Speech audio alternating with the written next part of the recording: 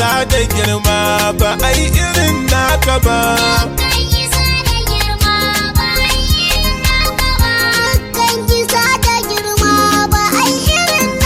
Kai nake miƙo wa koko, Allah mai bani duka taimako.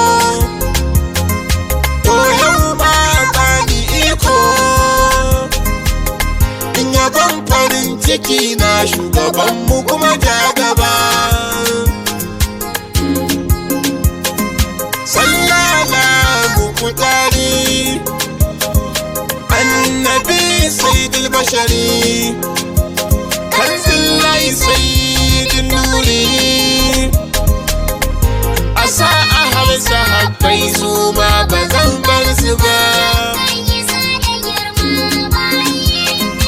Yanzu zan shiga gonar yabo, ya Allah bani babban rabo. Ko ni nake so a ce in ɗebo, in na zo da manzan tsira ba a ya bani ba. Ba a yi halittar da ta kai ka ba, kuma ba a san wanda ya san ka ba.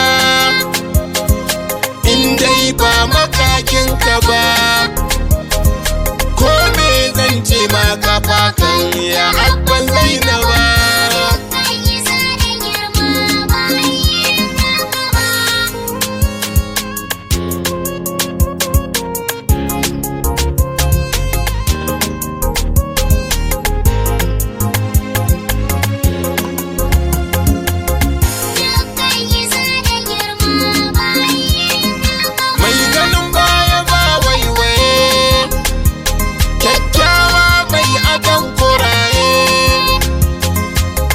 Zababbin iyaye, jikan annabi Ibrahim, baba ɗan babba. Tsantsar ƙaunar da nake maka, shi ne ke sa in yabe ka.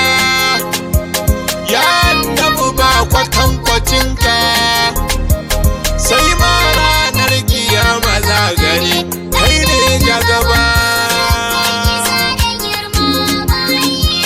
Kai ne wanda Allah ya yabe ka, mai manyan halaye kirawo ka.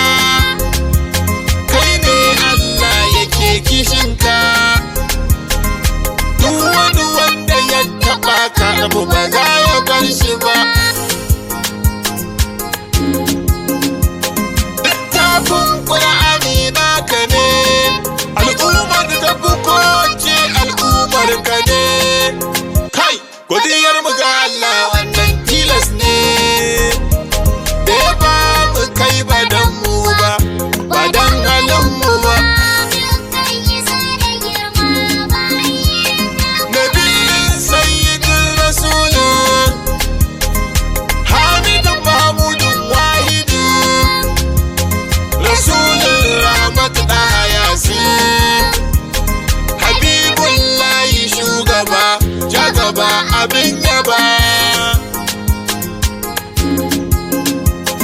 Alhamdulillahi zan taƙaita a yin yaban baban binta, ni ban gaji babare na huta. Yaban ka ni ban ma fara ba, sai ma nan gaba. Dukkan isa da girma ba ai irin naka ba.